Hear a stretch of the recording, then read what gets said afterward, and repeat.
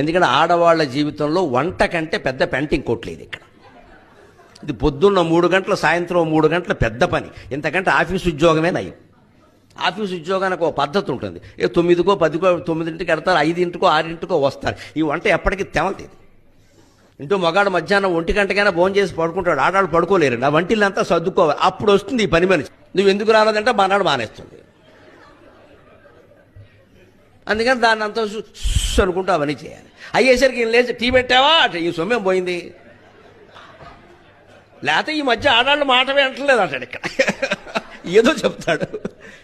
ఇలా పడి పడి పడి వంట అంత పెంటింగ్ కోట్ లేదండి అసలు.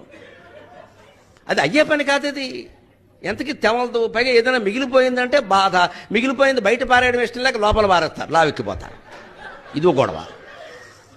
చేశారు కదా కష్టపడి, ఏం బయట ఏం పారేస్తావు, లోపల పారేస్తారు, లావెక్కిపోతారు. స్థూలకాయం.